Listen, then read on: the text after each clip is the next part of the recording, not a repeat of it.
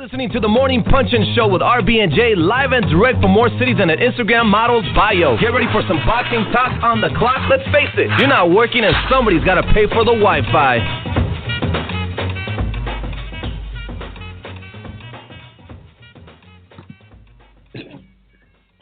I forgot how much I love our intro. Good morning, everyone. It is RB&J. This is the Morning Punchin' Show, the most unpredictable, honest, and authentic morning boxing talk show in the game. Today is Monday, January 16th, 2017. Our special guest on the Hotline Bling is sports analytics specialist Paul Gift. Paul is a business writer for BloodyElbow.com, and he taps out the truth using analytics. Some financials were surfaced last week in regards to the Golden Boy Haymon lawsuit, so we're going to get into that, and hopefully in very elementary terms we can all understand what these numbers and what these pre-trial documents mean. Let me properly introduce my partner in crime, the creator and founder of BadCulture.net and contributor for BlackSportsOnline.com, Jay LaBeouf. What's good, Jay? That morning intro is pretty bomb. I agree with you. It gives me a little hype every time I hear it. But good morning, listeners, and happy Monday. The first big fight weekend of 2017 is behind us, and some people came to make some noise, and some people just came to toe the line. So on this Monday morning, I'm going to pose the following question to you. Do you want to see Jack and DeGale at light heavyweight? Should they run it back at the same weight, or do you just not care? Let us know. Send us a kite, a tweet, call us up, and let us know your thoughts. If you tweet us, make sure you use the hashtag TMPS. Back to you, RB. That was a good one. We had a good Saturday night of boxing, but let's open up with this past weekend fight recap before we get Paul around the 11:20, 11:30 mark for you guys listening on the East Coast. That'll be around 8:30 on Pacific time.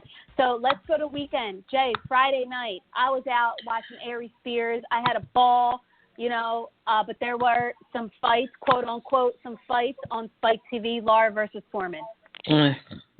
You did the right thing going to go see Aries Spears. I'm sure Aries Spears was hilarious, and there was not much to miss on Friday night on Spike.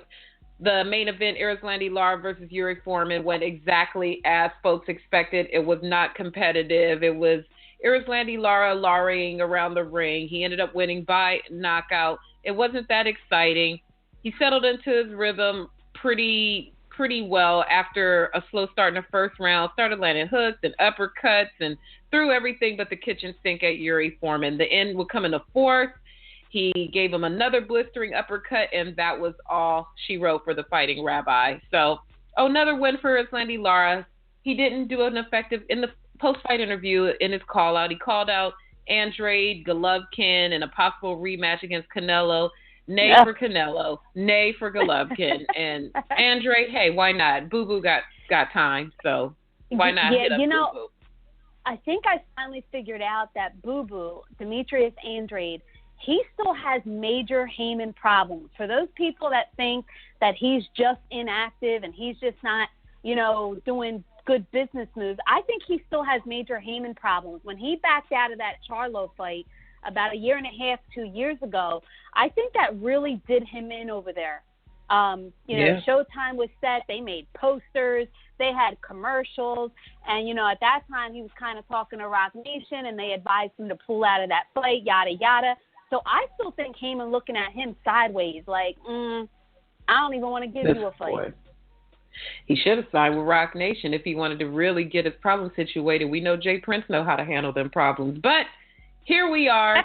He's still without a fight. He got time. He got time to storm up on press conferences, but he don't have time for the ring. So we will see what happens with Lara and Andrade. I wonder what he got paid for that fight. If anybody know the purse information for Lara versus Yuri Foreman, hit your girl up and let me know.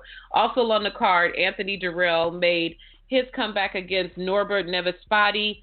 He won by a fifth-round technical knockout. That was just a disgusting mismatch. It was just ridiculous. It was a sparring match. They should not have done Nevispati like that. So we didn't get to hear from Dirrell in the post-fight interview, so no word on what his intentions may be. He campaigns at super middleweight, as you know, and so there's some bodies there he could get some work with. But we don't know what is going to happen to him. So that was Friday in a nutshell. Early results. Juan Carlos Payano, that was a decent fight. Defeated Carranza by 7th round TKO. That was a blistering TKO, so that was pretty decent. And Miguel Cruz defeated Alex Martin by split decision. So that is your Friday Spike card recap. Thank you so much, Jay. I knew I could count on you. Let's go to Saturday night. Let's go to Brooklyn, New York. Badou Jack, James DeGale. They battled to a majority decision and a unification showdown on Showtime at the Barclays Center. You had the number 1 and the number 2 ranked super middleweights in the world, and they fought their asses off after 2 knockdowns, 2 missing teeth, 12 intense rounds. It was scored a majority draw. Jay, there was a little bit of everything in this fight. That fight was pretty awesome. It was far better than I thought it would be. I didn't think it would be a stinker, but that fight was great. I remember discussing this with you and saying it online that if Badou Jack beat James DeGale, I would have to look at him like, wow, you are really the man. And the Brits jumped in my mentions, as they always do when you mention a British fighter, whether it's positive or negative, but nobody called me a cunt this weekend, so that's pretty good. And they were just like, oh, you're crazy. DeGale is going to just walk through him and mollywop him and blah, blah, blah. James DeGale got a few less teeth this Monday morning messing around with Badou Jack. Kept spitting out the mouthpiece. James DeGale spit out his mouthpiece 3 times in that fight. I know I've seen fights before where if you repeatedly spit out your mouthpiece, they deducted a point. That could have made a difference in the fight, too, if Mercante had taken a point away from him for throwing out his mouthpiece. But back to the action itself, man, Mercante got some whiskers on him. But that fight was so competitive, early for DeGale, late for Jack, knockdown for each. Terrific fight. Did you expect all that action between the two of them? Not really. There was a lot of action. There was a lot of drama. There was a lot of high skill in there, too. There was some great showmanship there, and the heart. Like you said, both fighters picked themselves off the canvas, and they got right back into it. They showed a lot of will, a lot of heart, lots of glory. You know, even the ref showed some guts. You know, he got left hooked, I think, by, Jack, as you mentioned, took one on the chin. His eye was swelling the rest of the fight. I said, wow, man, I don't even know if Victor Ortiz would have lasted through that, John. It was so close. It was such a good fight. It did take a while for Badou Jack to figure out DeGale's movement, but he did. He made the adjustments, very effective on the inside, and he was very active. I think the pivotal moment in the fight occurred when Badou Jack floored James DeGale in the 12th round. I think James DeGale probably would have won the fight by a really close decision if it weren't for that. After the fight, Jay, the post-fight interview was pretty entertaining. You had Badou Jack saying, we could run it back at 175. He wants to go to light heavyweight. He says he cannot make 168 anymore. DeGale looking at him like, no, we could run this back at 168 in London. That's right. Floyd Something jumped in tells there, me pissed off. Floyd the promoter. I don't know about Floyd the promoter. I don't even know where to begin with this post-fight interview. Back to the 175 thing. 175, 168. Something tells me if this fight goes back over to England that Badou Jack is going to find a way to make 1-8. Do you know how much money this fight would make across the pond? I think he would find a way. I'm pretty sure he would find a way. If he had weight struggles, they were wonderful at keeping it under wraps. I would have never thought that Jack had any problems making weight. He looks like he walks around in fairly good shape. He didn't look skeletal on the scale prior to the fight. So that's news to me that he can't make 168. I hope we don't hear something crazy in any post-fight testing, but this is news to me. Side note, Jay, talking about weight struggles, our hot topic of the day a little later on in the show is the making of Canelo versus Chavez Jr. So stay on the line until a little later in the show. We'll be talking about Canelo Chavez. Yeah, Jay, back to Badou Jack. Floyd Mayweather did say in numerous interviews out there that he wants Badou Jack at 175, and he wants to get him to fight with Adonis Stevenson. That's the money fight. That's the fight he wants to make. He's not staying at 168. He can't do it no more. So DeGale, I think he's out of luck here. Yeah, I don't think Chunky is going to get that fight. He'll get some new teeth, but not that fight. Yeah. So good fight overall. The co-feature. Let's move on to the co-feature where Gervonta Tank Davis dethroned Jose Pedraza. I am so happy for Tank. Okay, he dethroned the defending IBF champion Jose Pedraza with an impressive 7th-round TKO. Tank was so hungry. He was so focused. He was so accurate, so composed. That was my only concern. Okay, last week when we gave our predictions, I went with him because I went with my heart, but it did concern me if he was going to be able to stay calm and composed on that level. And he did. He really listened to his corner. They kept him calm. And he really did listen. They said, go to the body. He went out there and you saw he started digging to the body. So you could tell the young man, he grew up in this fight. He really did. And he was throwing everything with mean intentions. He was the better fighter, Jay. He was landing nice 2-piece combos with a side of biscuits, and Jose Pedraza was eating it up. That kid came out sharp. He came out focused, and he just blistered his way into victory. He was hitting Pedraza with so many bad intentions. I started cringing away from the TV, just watching this kid wail on him. That boy turned it up, all the way up on Pedraza, and the Puerto Rican flag got lowered to half-mast. I love you, PR. I love you, Boricuas, but y'all took an L on that one. I was not even a pretty. I think it made the city of Philly proud. I think he landed like more than 50% of his power shots in the 6th round. He had a good crowd in Brooklyn, Jay. You heard them Baltimore people? Baltimore was so deep at the Barclays Center. You could hear it on the TV. Now, if you can hear the crowd like that on the TV, you know there are mad people in the arena. I just kept hearing, be more. It was deep in there. Take over there, selling tickets and giving out knockouts. Go ahead, little Tank boy. Right. He had a good crowd. You know what? And if training in Baltimore means that he's going to fight like that and look that sharp, then Floyd, let him keep his ass in Baltimore and train where he wants to train. Right. What the heck? You gotta keep the devil down in the hole. Everybody gets to watch The Wire this week. Yes, we I know. Had Wire music playing during this segment.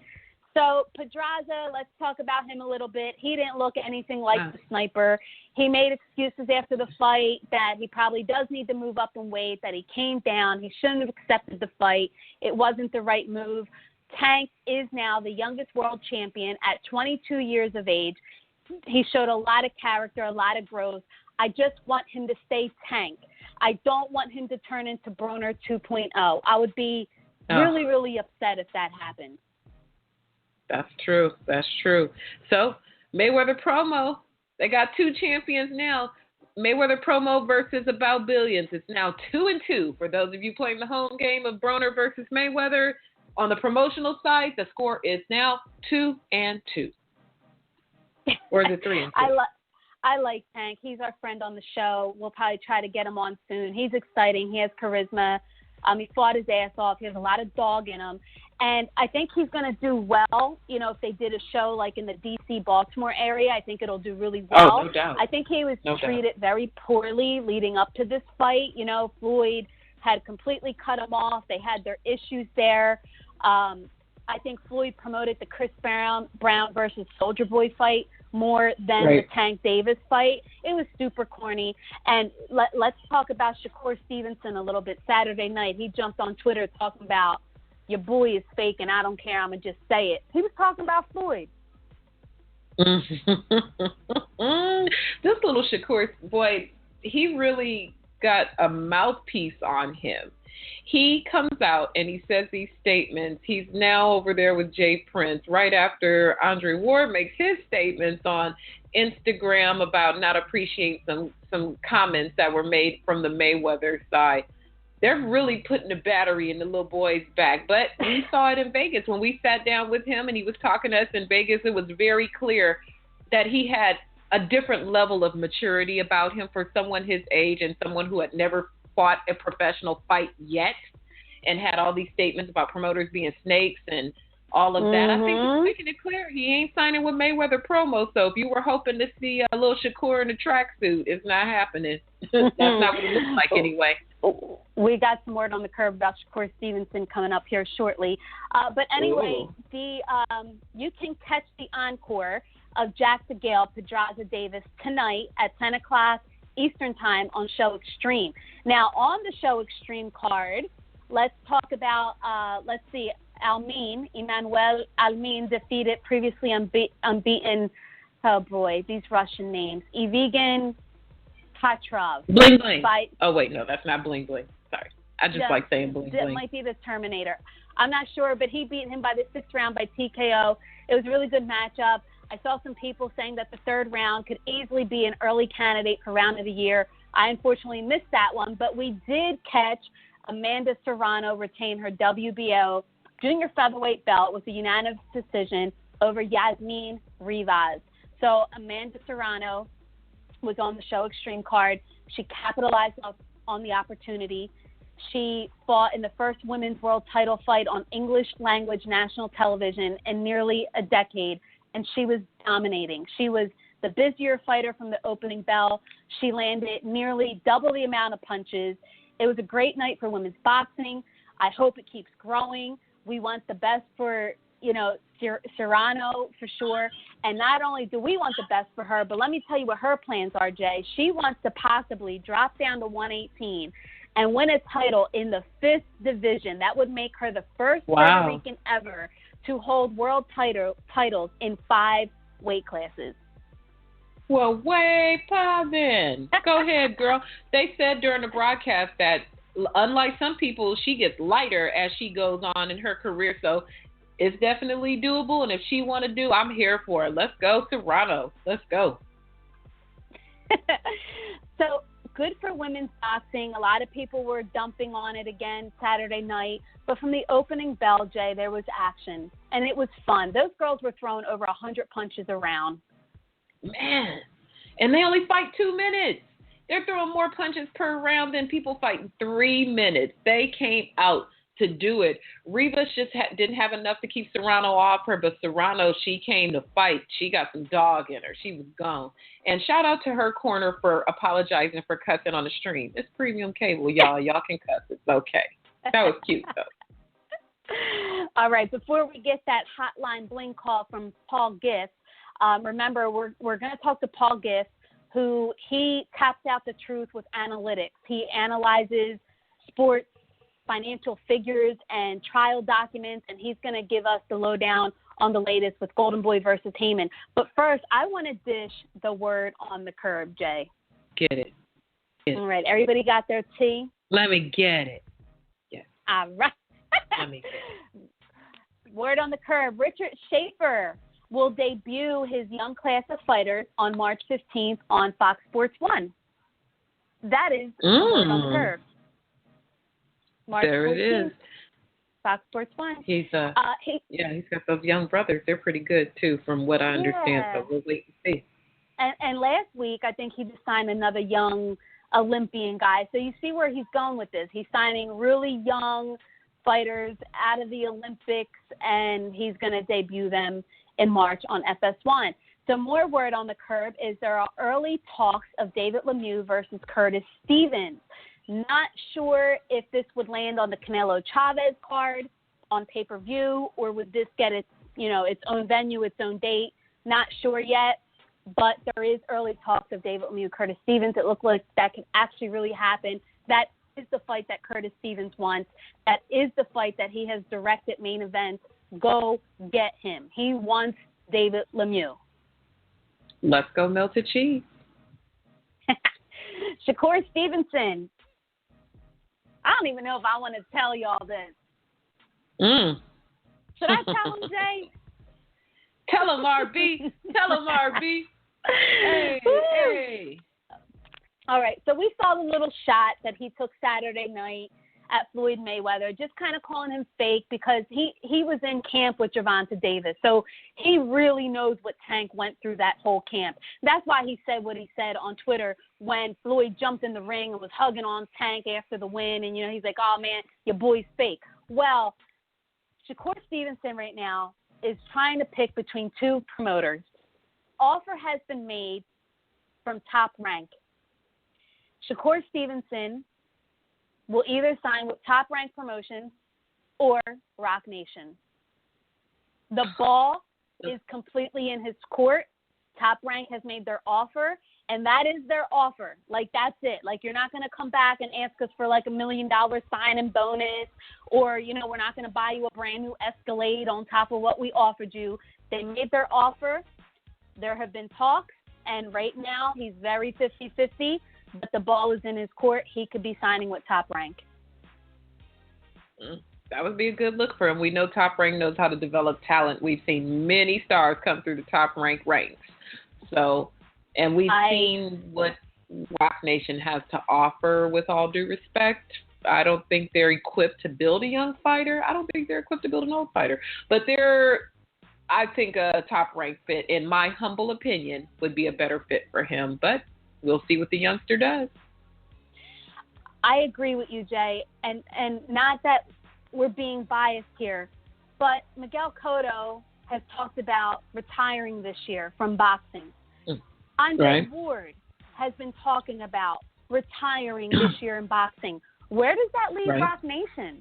You know what I mean? That's their two biggest fighters. So if I'm Shakur and I need some branding and I need some marketing and I need to keep busy and I need a promoter who does fights all the time, I don't care if it's on Unimas, HBO, I don't care where it's at. I need to fight. I need to stay busy. That would be Top Rank. That would definitely be Top Rank. He's a better fit there. They have a lot of East Coast fighters. They do fights on the East Coast. So we shall see what he decides. But Mayweather Promotions is no longer in the running. Unless Floyd gets on his high horse and makes him like an astronomical offer of like, sign with us, I'll give you $10 million. Well, nobody's going to pass that up. Now, Shakur Stevenson, we do know that he signed a management contract with Jay Prince and Andre Ward. So they are managing him and advising him. And I think even Andre Ward knows that Roc Nation's probably not in this for the long haul. So for him to even be considering someone else, the writing is on the wall. Absolutely. I don't know. Maybe Floyd knew that last week, and maybe that's why he started coming out making those statements about Andre Ward. Maybe a little sour grapes. But we will see where this ends up. All right. Last piece of word on the curb. So here we go. The money was right. The TV was right. The venue was right. But Sean Porter cannot get that Andre Berto fight to save his life. Andre Berto is not interested in this fight. The deal has been on the table for over a month. Remember when Andre Berto thought he was getting the Dana Garcia fight, Jay, and he was running all over social media doing videos, talking about he's ready and everything else, and then that fight fell through, and Sean's been doing everything, even FaceTiming this cat. Okay? FaceTiming him, and Berto don't really want that fight for whatever reason, whether he doesn't think it will help him, whether he doesn't think he'll win, whatever it is, that fight ain't happening. Why the fuck you lying? Why you always lying? Oh my God. Stop your fucking lying. Berto don't want that fight. Yeah. Jay, okay, we're going to... That's the hotline bling. We're going to pick up the hotline bling, but real quick, we dished that word on the curb about Lemieux and Curtis Stevens, and that fight literally was just made. It is set for March 11th on HBO. Look at that. Literally, that just happened. Oh, man. All right, there you go. Look at that. Look at God. See how we do over here at the Morning Punching Show? Man, we should keep. Oh, okay. The phone's ringing. We're going to pick it up. Let's bring it in, RB. All right. We are on live with Paul Gift. He is a business writer for BloodyElbow.com, and he taps out the truth with analytics. Paul, good morning. Thank you for joining RB&J. Hi, RB. Hi, Jay. Thank you for having me on. You're Pleasure welcome. for you to join us. Yes. You dropped this bomb of an article a few days ago, and it was about some financials that have surfaced, some more financial service about Golden Boy Promotions and Haymon's PBC. Their trial date is set for March 14th, and there's a lot of stuff in this article, and we're hoping that you could help us decipher through it and help our listeners better understand all of these, courtroom terminologies in layman's terms. Yeah, absolutely. I mean, it was over 1,000 pages to go through, and I obviously didn't read every single one of them, but tried to scan them. But yeah, it's basically the business of boxing is meeting the world of law and economics, because that's what antitrust is all about.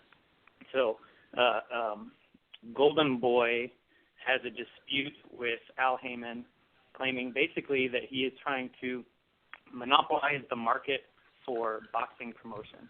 And the way that he's doing that is that allegedly that he's a powerful manager, and he's trying to leverage that power from being a manager into a promoter. That's basically it in a nutshell. Okay, so I want to start at the beginning of your article with things that you uncovered. The first one being the $585 million, which was an investment into Haymon Holdings. But then I see in this paragraph that it was an alleged $925 million that was invested. Which is it? Right. Where's the 340? That we don't know. And we didn't even, all we knew for a long time was that a lot of money had gone into the PBC. And we didn't know exactly how much. And there were reports out there, of course, that it was in the hundreds of millions of dollars. I think one report had it over $400 million, I believe. One of the bigger boxing writers, I can't remember who off the top of my head right now. But what this did is we got it from one of the PBC guys themselves, who admitted under oath $585 million is what Haymon Holdings had. That was the funding, the capital investment that they had. And they own, in full, they own Haymon Sports, and Haymon Sports runs the PBC. So they have $585 million of capital investment to work with, and supposedly they're blowing through it. We can't see the PBC's financials quite yet, but what we can see is we can see that Media Group Holdings. That is an entity that was set up by Waddell & Reed, the investment firm who supposedly funded the PBC. And we know that they had an initial investment of $925 million. And they have to disclose financials to the SEC every quarter. And so we can actually see that value going down. And it started at $925 million. And as of September 30th, 2016, it was at $152 million in value. They plummeted almost $700 million, I think. With this information, $925 million versus the $585 million they're reporting, for what reason would a company misrepresent their investments, and what does this mean to the overall picture of Golden Boy's antitrust lawsuit with them? So I don't see it necessarily as misrepresenting an investment. I'm not sure if there's a certain angle you're taking there. No, not at all. No, not at all. I just want to know, because people, I know our listeners, they like to look at numbers and they like to argue back and forth on Twitter about $900 million versus $500 million. So just kind of clearing up if this has any bearing on Golden Boy's position whatsoever. It looks like all this is based on what I've seen from all their filings. And I used to work on these cases, so I have an idea of how they go. But it looks like the way Golden Boy is going to use the $585 million is to show that Haymon had a massive amount of initial funding, to show that he had a massive war chest, and that they want to bring in the case that they threw $100 million at Golden Boy right away, And they're doing that to try to show essentially kind of what the value of Golden Boy used to be, so that they can make an argument about how they've been damaged by Haymon, basically a drop in value. And so they want to do that. Haymon is trying to keep that $100 million number excluded. Let's see. And then the other thing is to show that he had a massive war chest of funding that he could use to reverse the payments to TV networks that boxing promoters used to get paid by TV networks, right? You'd say, hey, here's the show I want to report, and how much are you going to pay me? And you can sign a long-term deal. And Haymon comes in, and all of a sudden he's throwing, one of the numbers we get to later, millions of dollars at the TV networks. And so that $585 million comes into play there to show how much funding Haymon had and what the massive amounts of losses that he could absorb. Wow. So in these financials that surfaced, I just want to run through some of the facts in here. Haymon did offer to purchase Golden Boy Promotions for $100 million in 2013. That's a fact. That well, I mean, according to the motion that Haymon filed. So the reason I wouldn't necessarily, we get this from our legal department when they're reviewing these articles before they go out. They're like, well, does the other side agree to it? So Haymon filed it. I don't know 100% that Golden Boy has agreed that that's a fact, but if you say that it's in the filing, then and if you consider that a fact, then I go with it. Haymon's people filed it, that they made that $100 million offer. Right. So talking about television networks, so between CBS, ESPN, Fox, and NBC, it looks like he has spent $38.2 million to put his shows on those networks.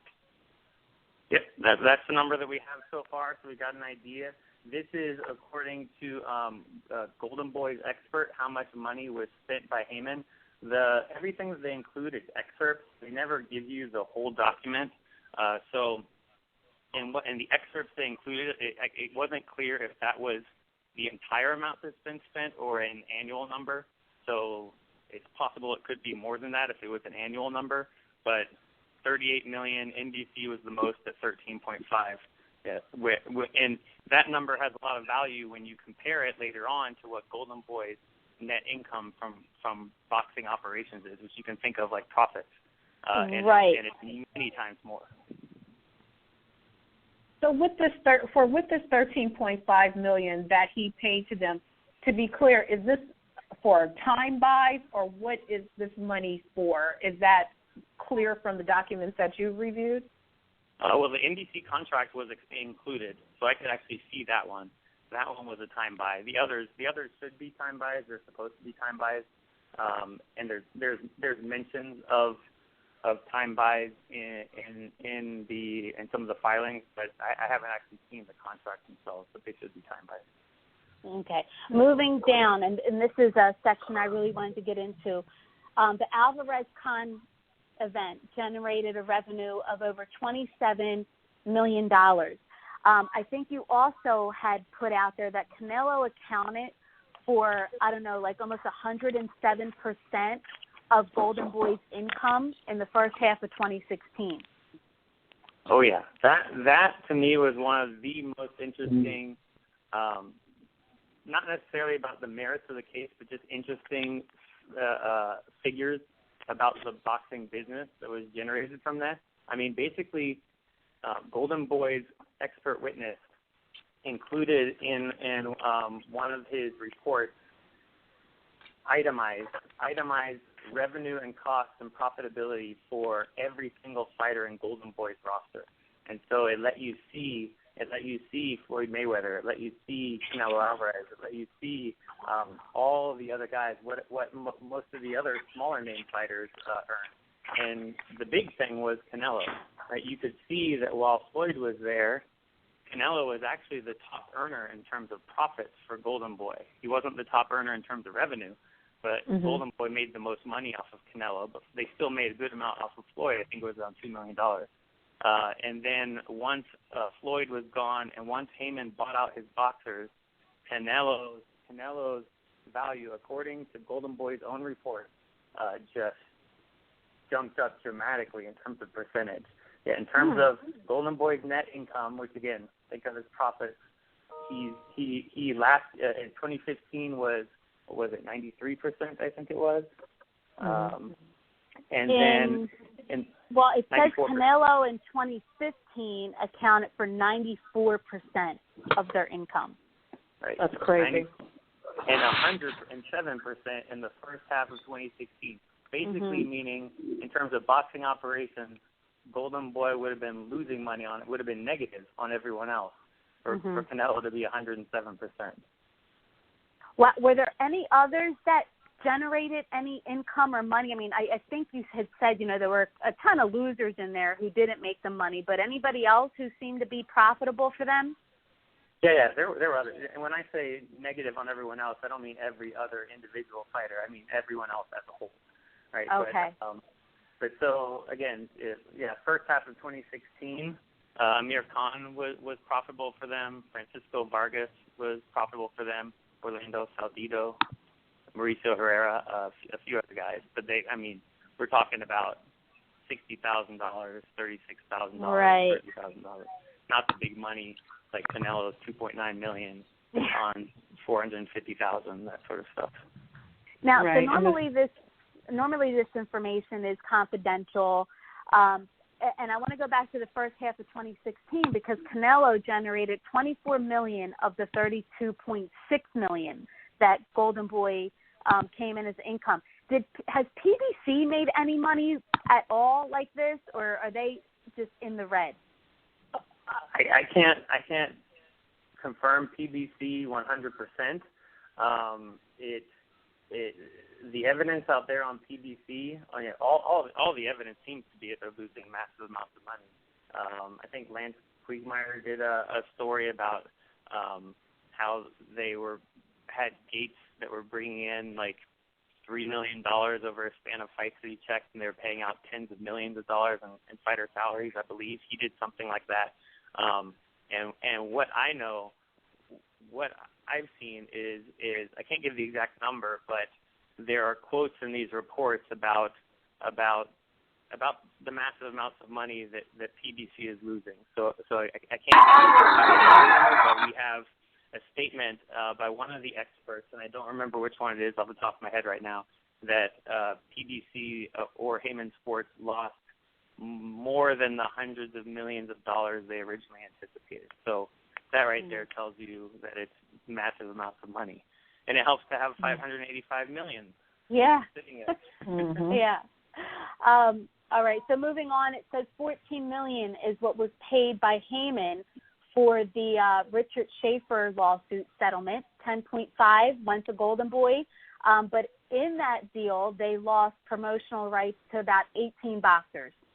Right, and a month later, 4 more. So $14 million total, and that was a number that I don't think we ever knew. And when it was reported as in January 2015, kind of like, well, they struck a deal, and Haymon got his boxers, and that doesn't seem to be the case. From all the behind-the-scenes court documents, it seems like the deal was struck in December. And according to Golden Boy, what Haymon was saying then was, hey, we're doing this settlement. We're looking forward to working with you. We're looking forward to working you with all our fighters, that sort of stuff. But there was a clause in there where he could buy them out. And literally about 20 days later, like this is all according to Golden Boy, Haymon basically says, here's $10.5 million of like all my fighters, or almost all my fighters. And then a month later, I'd like 4 more. And Oscar De La Hoya called that fraudulent, basically called that a fraudulent plan that Haymon had. Wow. He basically said, I wouldn't have made the settlement in December if I knew Haymon was going to do that. Right. So there was an analysis performed on Golden Boy's revenues, their television revenue, ticket sales, merchandising, sponsorships, co-promotion shares, and all this other good stuff, expenses, income, operations. So from 2014 to 2016, we see a bunch of changes there, especially in income. It looks like in 2014 they were around $8 million, and in early 2016 they were down to like $2.8 million. Why such a drastic drop there? Well, I personally think that number right there, it actually hurts Golden Boy a little bit because they kind of have their experts saying, you're trying to show that Golden Boy's income has dropped dramatically, 8.8 to 2.8. but you're comparing full years in the first numbers to half a year in the last number, so it's really misleading. If you sort of just double that, it's like 5.6, right? So that, in my opinion, makes Golden Boy's expert look a little bad. The Haymon people are going to be all over him for that. So I would think of it more as it dropped from 8.8 million in 2014, according to their numbers, to around 4.5, maybe 5 million thereafter, right? 2015. We don't know how 2016 ended up right now. So the 2.8 is a little bit misleading, but that's basically what they're trying to show. They're trying to show that hey, look, 2014, Haymon wasn't around with his PBC thing. Look at how we were doing. 2015, Haymon is around with his PBC thing. He's keeping boxers away from us. They're saying that he doesn't let other promote. He only uses sham promoters. He won't promote with Golden Boy. And he has these exclusive TV contracts, and look at how it's hurting us. It's driving our profits down. Now, the problem that they're going to have, though, is when it comes to this antitrust stuff, it helps to show that you're being hurt, but it doesn't matter at the end of the day. Antitrust is not about protecting other competitors. So if Golden Boy just says, hey, look, he's hurting me, that's not going to be the key point at the end of the day. What they really have to show is that Haymon is hurting consumers, that he's hurting fans, that he's hurting broadcasters, that he's hurting sponsors, possibly that he's hurting fighters. That's going to be debatable. But that's what they're really going to show, going to need to show. Amazing. You know, just watching this whole thing play out with the antitrust, you know, we saw that Golden Boy, they started doing other broadcasts and Top Rank went to True TV, and we saw these PBC fights taking place on a variety of networks, but we didn't see a whole lot of PBC promotion and commercials. So they invested all of this money into these networks, CBS, NBC, and all the other networks that were carrying things, but we never really saw a massive amount of PBC commercials or anything taking place during these other networks' broadcasts. That was always perplexing to me, that they were investing all this money into these networks, but we never really saw the network promoting the product. Is that typical with these type of agreements when they pay money to networks and for not just the time buys, but for carrying their product? Well, one thing that's interesting on that angle is that it seems like the PBC guys really early on knew they had a problem along the lines of what you're getting at in terms of branding and promotion and stuff like that. There's actually some emails of theirs, behind-the-scenes emails where, I mean, they're 1 or 2 months in. It started in March of 2015, started airing, right?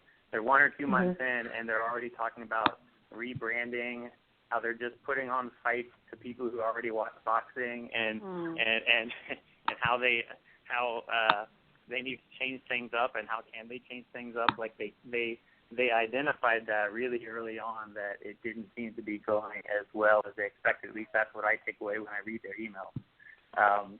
So I don't really know about.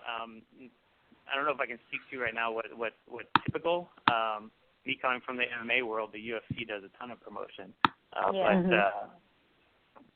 but they knew they had a problem really early on. It appears from their emails that they had to rebrand it. They weren't doing good enough marketing. They were just throwing on fights, is what it looked like. I think one of their biggest issues is they're having a lot more problems and difficulty getting big time sponsors. You know, when you watch football and baseball and the NBA, if you look at the commercials, they have a lot of mainstream sponsors that are putting their commercials on, and you just don't get that when PBC fights air. And I think they felt it was going to be a little easier to get those type of sponsorships. Right. Yeah. And I completely agree with that. And one of the biggest takeaways that I have from all this is it's been revealed now abundantly clear that their plan was this. The plan was to they didn't want to pay for TV programming to begin with, but according to them, they were kind of forced to. But their plan was to pay to prove out the model, to prove that it would drive sponsors, to prove that it would drive viewers, and to get TV networks to be willing to pay for it. That was if they, from what I'm seeing from their behind-the-scenes documents, if they are not able to get TV networks willing to pay for it, they're done. And their plan is to show that the TV networks that it's a viable product, that they should be willing to pay for it, and then to flip to being a promoter. That Haymon Sports would go from being a manager of fighters to a promoter of fighters. And it seems clear from what I'm reading, it appears that basically they were kind of influenced strongly by the UFC. Basically that league-like structure that they have. And they wanted to prove out the model, switch over within, I think, 3 or 4 years from being a manager to being a promoter, create that new league-like structure, and then do some sort of revenue share with their fighters. And how they would get around the Ali Act, well, I guess they wouldn't be a manager anymore. But in terms of the titles, I'm not sure how they do it with titles, because it didn't seem like there would be any sanctioning. I think it might be the whole types of thing, how titles are, whatever, ceremonial or something like that. But that was the plan, that they had to get networks able to pay for it and then switch to that league-like structure. And we'll see. It probably still is their plan. We know that Top Rank was part of a lawsuit as well, but they ultimately settled. How much did Top Rank settle for? We don't know. And why? That's still confidential as far as I know. Sorry, but the one thing that we do know that came from the Top Rank settlement, well, first off, we know that the lawsuit was very similar to Golden Boy. They were almost the same. But Top Rank settled, and part of the settlement was that Haymon Haymon's exclusivity to TV networks is gone. So when he signed with NBC and Fox Sports and all those guys, he got an exclusive deal that no other boxing promoter could air fights. But so that exclusivity as of what was it, May 2016, is gone. But how much the settlement was for, I don't believe we know. And sorry, there was something else you were saying. Cut you off. No, that you answered precisely. And so now, since we'll segue back, since we were talking about emails, let's talk about the emails that were included in your article. And some of them are in Spanish, and our listeners will have a chance. We'll tweet the link out to your article so they can read it in its entirety if they haven't already. So we've got these emails, the Haymon syndrome emails that were exchanged between Romero Gonzalez, who is the public relations director for Golden Boy, and Ezequiel Valderez, who is a journalist. And they exchanged a couple of emails about article placement, about the Haymon lawsuit, presumably, and the Golden Boy side is looking to have these emails stricken or not being presented in court.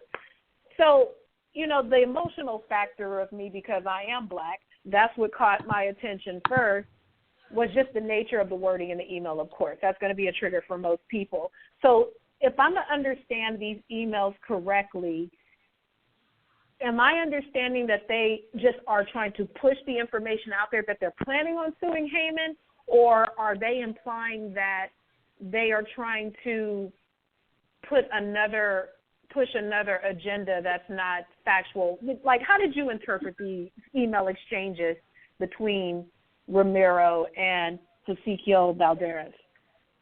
What I took away from them I'm going to try to use my words very cautiously here with this one. What I took away from those emails, the parts that I could see when I looked at them, is that it was Valderez would originally forward over a copy of an upcoming article of his, and then oftentimes the Golden Boy PR guy would basically be replying back saying he wants it in English. And he was pushing for boxing scene and fight news. He wanted it in English so that he could get those outlets. And then that's when the Valderez guy would sometimes reply back with that nasty stuff that he said. And then every once in a while the Golden Boy PR guy would reply back. But it was basically negative articles about Haymon that he was sending to the Golden Boy guy in advance. The Golden Boy guy, the reason Haymon's using it is I'm sure those words in there don't look good for Golden Boy, even though it was the journalist using them. But he's also he also claims to be including these emails. The ones that I showed are just 3, and supposedly there are 12 others where there isn't that sort of nasty language. And Haymon's trying to use it to show that sort of the journalist and Golden Boy were kind of in cahoots together to get these negative articles about him out there in the press. And so Golden Boy does not want these emails with the racist language included, but Haymon thinks Haymon wants them included because of what he's trying to argue, that he wants them included because of the connection that it shows between this journalist and Golden Boy. At least that's my take on it from what I've seen. That's a tough one, and you know what? I kind of almost feel bad for Romero because as a publicist, publicists in boxing, they want to get all the publicity, they want to be on all the major websites, and when you have somebody writing you those horrific things, I mean, and some of the things that were in the email, they called Al Haymon the Black Hitler, he was called the N-word, but Romero never slapped the guy's wrist, he never said, don't say that, that's not nice. He kind of just went about his thing, like, I want it in English, I want it on boxing scene, he just kind of kept with the program. So I kind of feel like Romero's almost an innocent bystander, but, if you say there's 12 other emails, are there any emails in there where Romero's talking nasty? I'm not that I saw. Not that I saw. But you're right. You didn't, you didn't say, what the hell is wrong with you? Right. And he's complicit. And that's the thing about these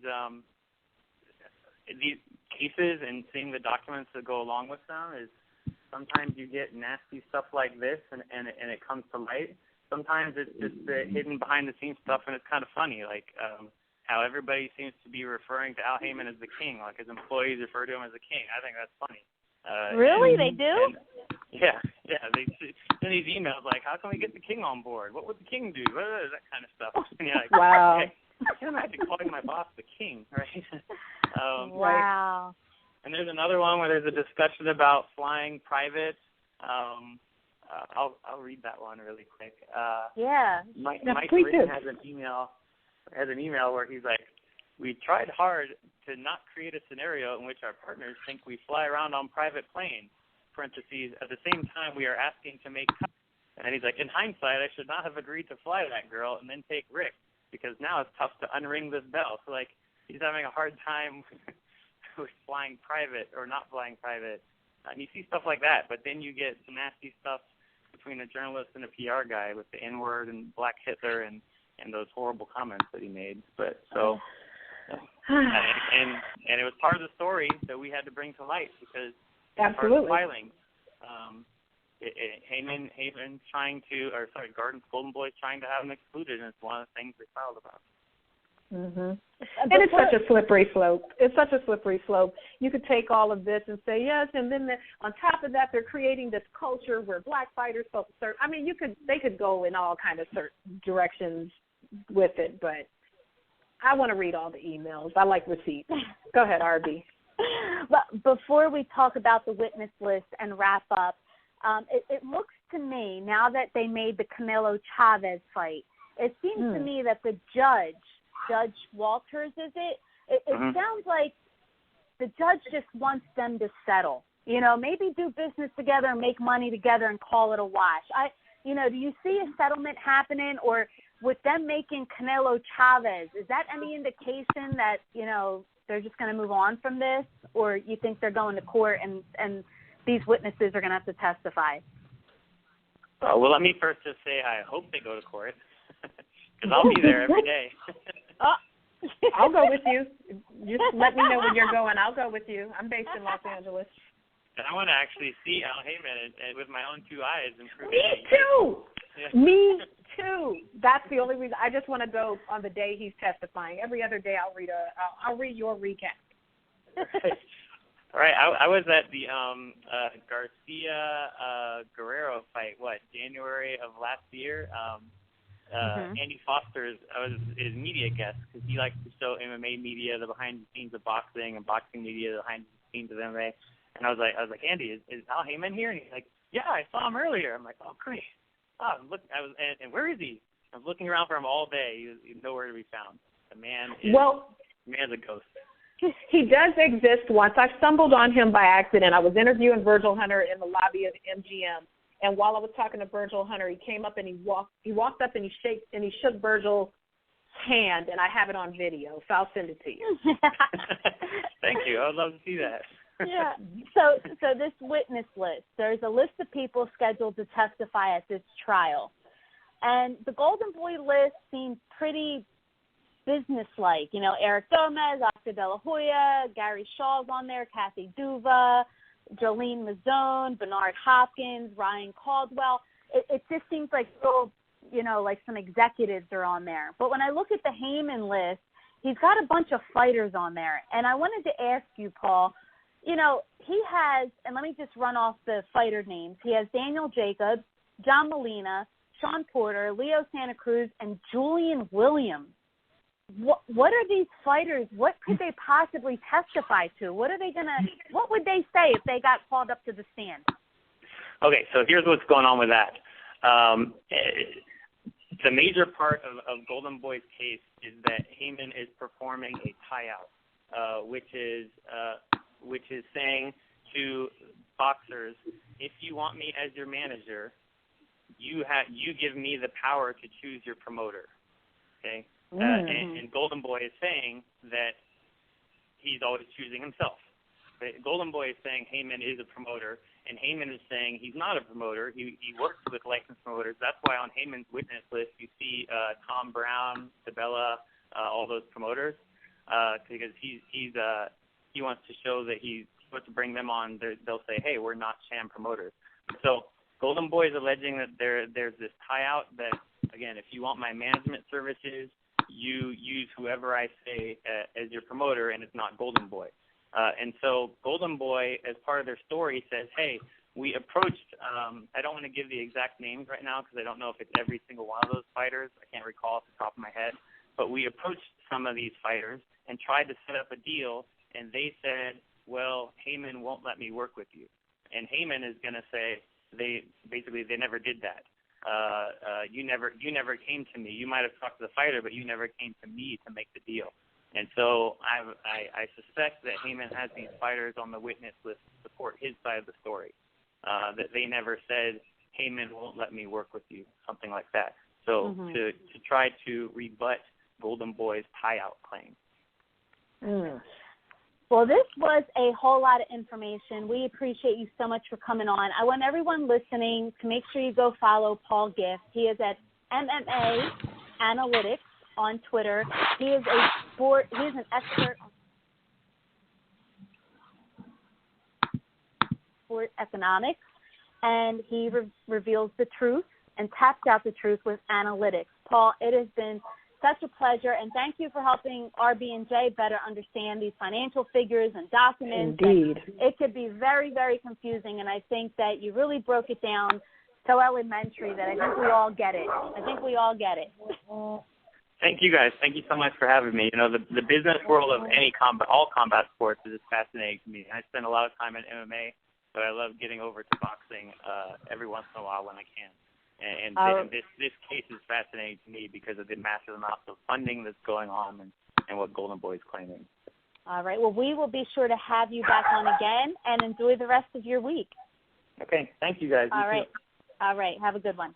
All right. Bye. If you want the best, BoxStats beats the rest. BoxStats is the best boxing app for all you boxing enthusiasts and professional boxers. Perform a quick search and get all the info you want and need. BoxStats, available on the Apple App Store. Download it for free today. BoxStats, know your opponent.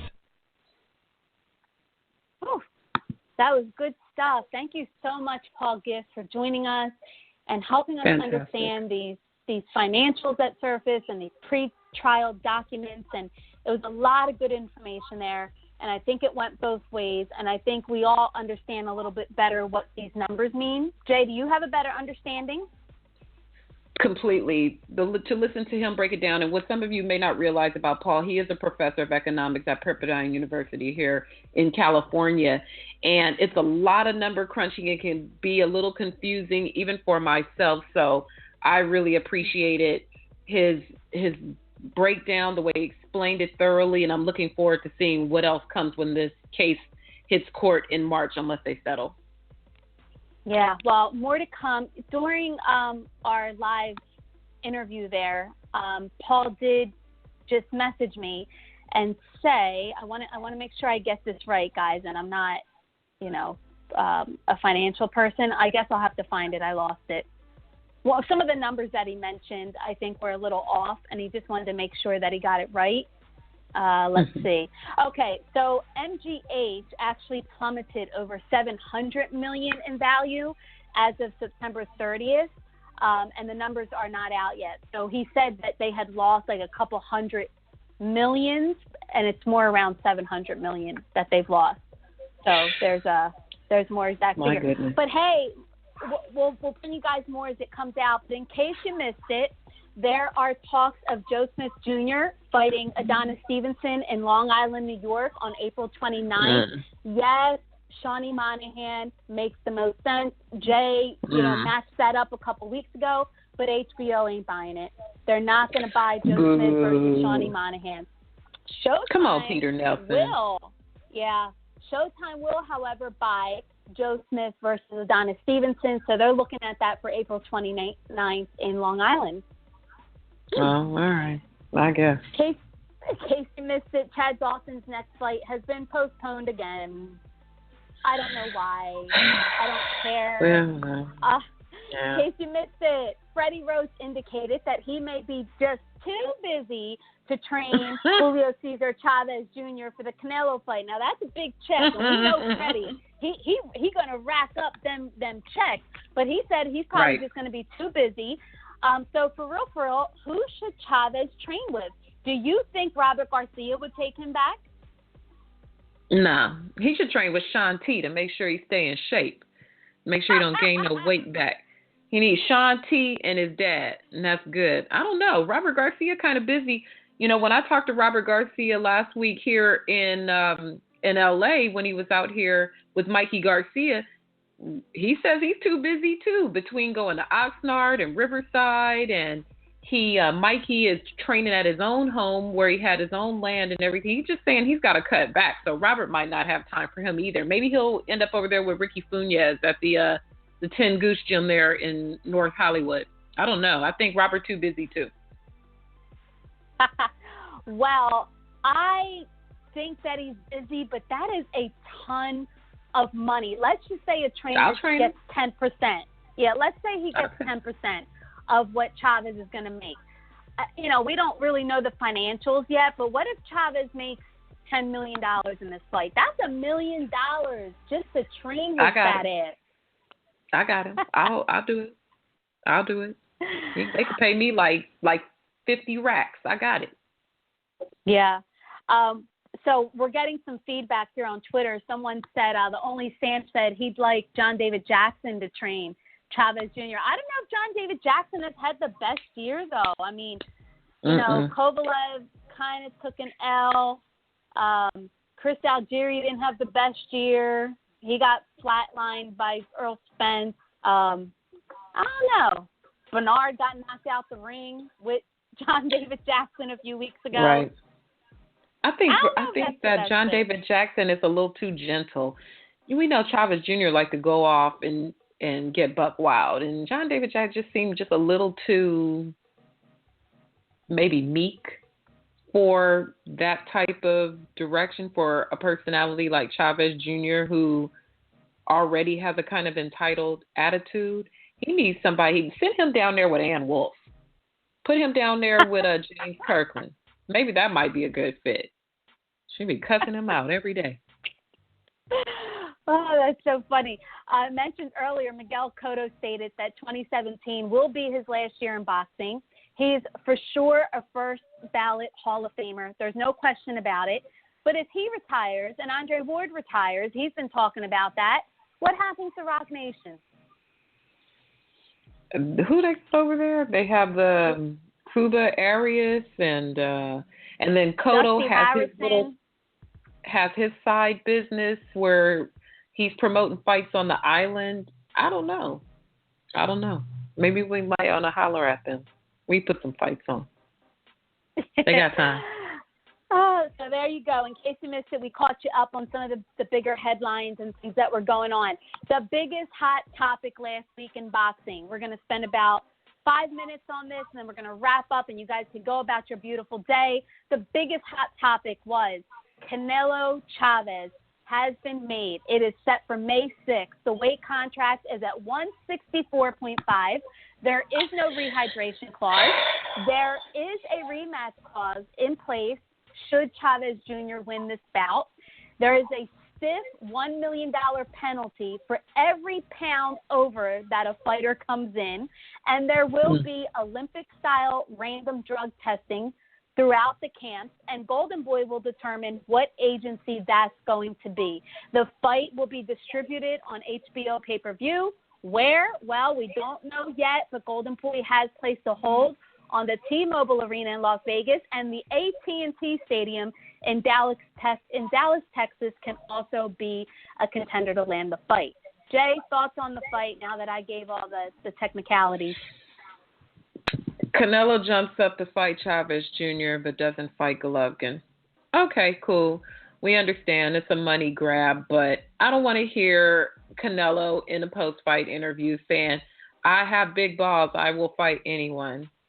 Fight the fight and just get out of there. I don't want to hear a post-fight press conference. All I want to hear is, it's very exciting to fight the son of my idol. I've always been an admirer of Julio Cesar Chavez Sr. Thank you for my fans. Good night. That's all I want to hear. I don't want to hear no call-outs because I don't believe you. That's my thoughts on the fight. And then Chavez Jr., I hope this money is a strong motivator to keep him on point. He looked on point weight-wise. I didn't see the fight he just had down in Mexico. If he's on point, I mean, I still expect him fully to lose, but at least it'll be a competitive fight and it'll be an interesting fight for the fans. Put it in Vegas, please, not Texas. Yeah. Well, here's my take. Canelo never told Golovkin he was going to fight him next. He did say, I will fight you, I have balls, but he never said, I'm going to fight you next. Canelo has made it very clear, and I'm not just beating the drum for him, but I listen to what he says. He never said he was fighting for belts. That's Golovkin's thing. I fight all the belts. Canelo said, I fight for history, legacy. I want to make the biggest fights in boxing for the fans. He never said, I want to have 13 belts strapped around my waist. He never said that. So will this fight be historic? Yes. Now, this is what I don't like, is that throughout this whole promotion, people are only going to be talking about, is Chavez going to make weight? That's going to be the whole promotion. Is this guy going to make weight? Can he make weight? It's going to be the topic of conversation every day. If he does make weight, he probably will be drained, and he probably will be shot. Beauty of it for Al Haymon, he don't got to deal with this shit. He got his fighter the biggest payday he could get him, and Golden Boy has to pay, and Haymon's still going to get his cut. He ain't got to worry about nothing. Al don't got to worry about nothing. And let me tell you, those hardcore Mexicans in Mexico, they rock with Chavez. They rock with him. When I go to Mexican restaurants and I go, ¿te gusta boxeo? You know, do you like boxing? And they're like, yeah. And I'm like, oh, who do you like? And they're like, Chavez. They don't really say Canelo like that. So I think it's going to do really high pay-per-view numbers, and I think it might even break some records. It's going to do some good numbers. It's good for the fans. I don't hate the fight stylistically. You know, I see a lot of people on social media, they're kind of shitting on the fight. They don't like it. I don't dislike the fight, and I am going to watch it. I'm not hating on it. I'm sure it's going to be an amazing event. You've got Haymon and Golden Boy working together to bring a fight to fruition. So it has all the elements to be pretty exciting. Let's just hope my black ass gets invited. We hope to be there. We want to be on Radio Row. That'll be so lit. And because, you know, we're going to be one of the only ones doing bilingual interviews there. We'll make sure we're talking to Canelo and Chavez and everyone else. But, I just want to remind people that the same situation happened with Golovkin. So those people out there bashing Canelo, Golovkin was more than willing to move up to 168 to fight Chavez. Remember that about 2 years ago? But he was not trying to move up to 168 to fight Andre Ward. It's the same shit. It's the same thing. Your back is broken. What's spinal? That's why I couldn't fight. Back is broken.